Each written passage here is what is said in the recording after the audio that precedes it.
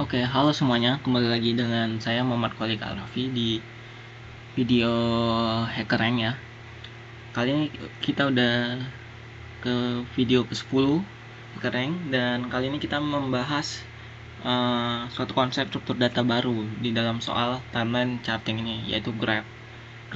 Nah, di graph ini saya jelaskan dulu. Bisa digambarkan seperti sebuah data yang banyak terus terhubung dengan data-data lainnya, kayak titik terhubung dengan titik A terhubung dengan titik B, titik A terhubung dengan titik C, titik B bisa terhubung juga dengan titik C gitu kan.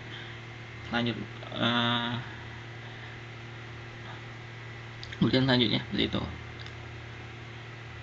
Nah, di dalam konsep graph ini ada beberapa istilah yang mungkin perlu diketahui ya, seperti vertex dan edge. Nah, vertex ini merupakan titik dari gambaran dari titik graph itu, sedangkan edge itu banyaknya sambungan atau garis-garis tadi ya, jumlah garis-garis tadi. Nah, jadi kita bahas dulu soalnya. Sebelum itu ada juga nih konsep BFS dan DFS. BFS ini breadth first search dan depth first search di dalam konsep graph. Intinya kalau BFS itu dia metode pencarian di graph itu yang misalnya dari awalnya titik A.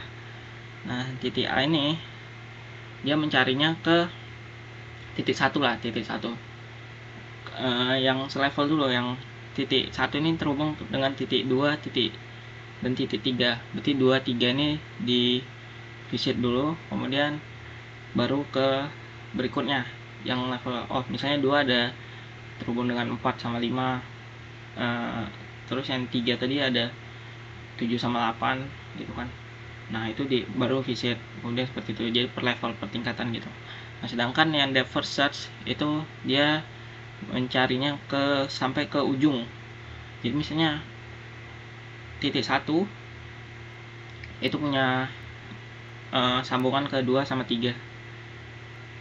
Nah, dia akan meriksa kedua dulu, apakah di 2 ini ada sambungan untuk berikutnya. Baru jika ada, maka dia akan meriksa ke 4, ke 5 dulu, baru balik ke 3 tadi, seperti itu. Nah, di input format ini program akan menerima graph format sebagai berikut. N ini berarti jumlah ininya ya, sambungan 1, 2, 3, 4, 5, 6, 7, 8 dan seperti itulah jumlah edge-nya. Nah, sedangkan ini adalah jumlah vertex-nya di sini, misalnya sampel outputnya ada 7. Kemudian ada source itu berarti awalan mau dicarinya itu nanti di mana gitu. Ada constraint juga di sini, n kurang dari 100, berarti jumlah edge-nya kurang dari 100 ya. Di sini output formatnya ya seperti itu tadi, kita akan mencetak sesuai dengan prinsip DFS dan BFS tadi. Nah, kalau DFS, program melakukan transversal dengan urutan vertex terkecil hingga vertex terbesar. Kemudian dimungkinkan sebuah vertex muncul 2 kali jika dikunjungi dari source vertex yang berbeda, karena dia 1, 2 gini, nanti balik lagi gitu kan, jadi ada double seperti itu. Sedangkan BFS sama, program melakukan transversal dengan urutan vertex terkecil hingga vertex terbesar, tapi sebuah vertex hanya akan muncul sekali dalam pencarian, karena pencarian pertama itu dia per level, baru berikutnya kan.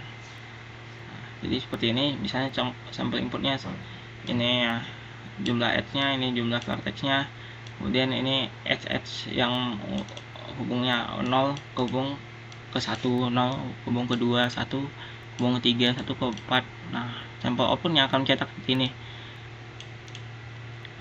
Hasil pencarian DFS ini akan seperti ini. Nah, sedangkan yang BFS akan seperti ini, karena dia sedikit aja ya, karena dia nggak cetak double gitu. Oke, kita lanjut ke programnya.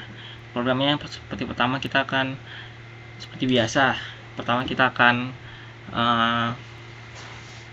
mengimport library ini diperlukan seperti linked list, queue scanner. Nah, kemudian public class graph ini ada main stringnya. Oke, sebelum kalau ini kan kita jelaskan aja di main class ini nanti berikutnya. Di main class ini yang pertama kita membuat objek scanner ya, biar bisa menerima input dari user.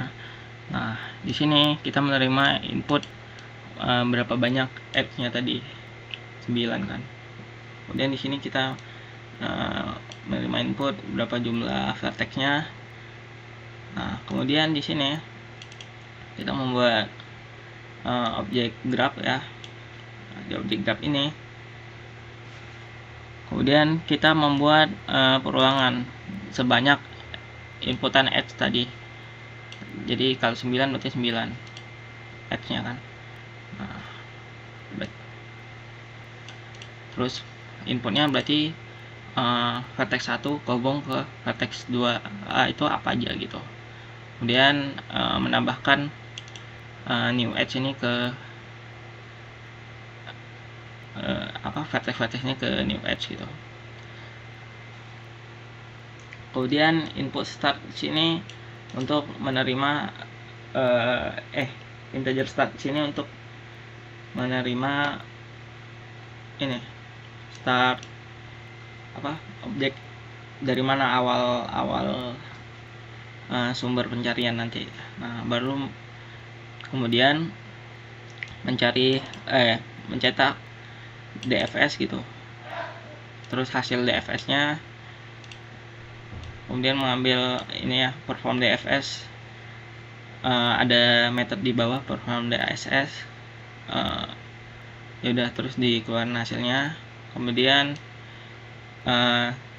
sistem print ln BFS, kemudian memanggil method perform BFS untuk mengeluarkan hasil pencarian BFS seperti itu. Oke, kita masuk ke kelas graph-nya aja. Nah, di kelas graph-nya ini ada pertama kita membuat ini ya, array edge symmetric. Nah, ini berguna untuk ini nanti. Jadi kan kalau graph itu gambarannya kalau di array itu dia ada nanti 0 1 seperti itulah.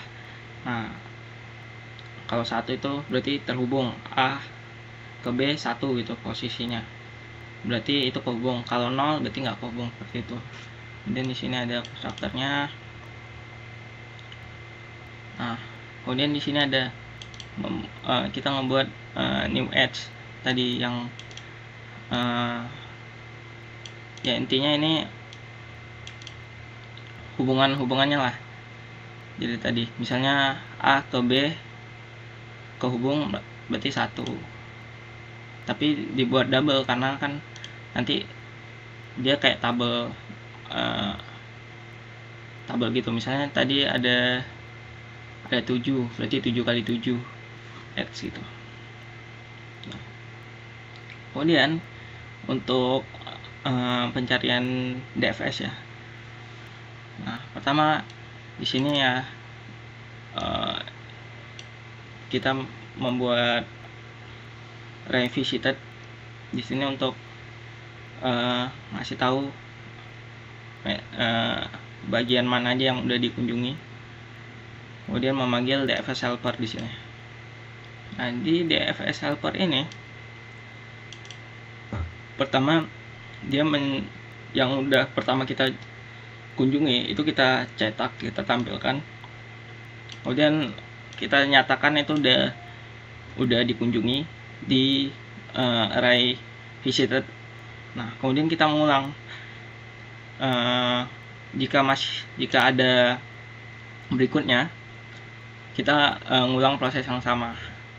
Jadi cetak, betul kita ngasih tahu visited, terus kita kunjungi yang berikutnya sampai seperti itu. Nah, itu DFS helper. Nah, sedangkan yang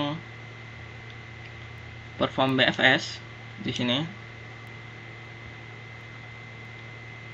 perform BFS itu pertama kita buat array visited tadi untuk ngasih tahu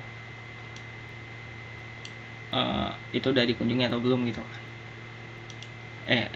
Bagian titik-titik mana yang udah dikunjungi seperti itu. Kemudian di sini ada kita pakai queue. Nah, queue di sini berfungsi untuk nanda apa aja yang titik mana aja yang belum dikunjungi seperti itu. Titik-titik mana. Nah, pertama dimulai dari start gitu kan. Queue at start. Nah, di sini setelah kita menambahkan queue itu yang udah dikunjungi gitu kan. Start kan udah dikunjungi. Jadi baru dia nandain start itu udah dikunjungi, dari visited dimasukin ke array-nya. Nah, di sini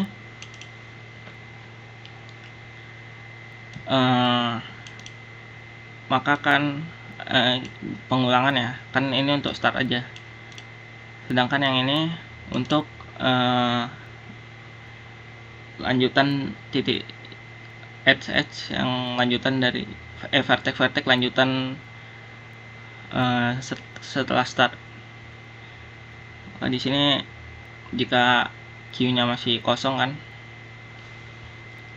jika nggak kosong itu, kemudian vertex-nya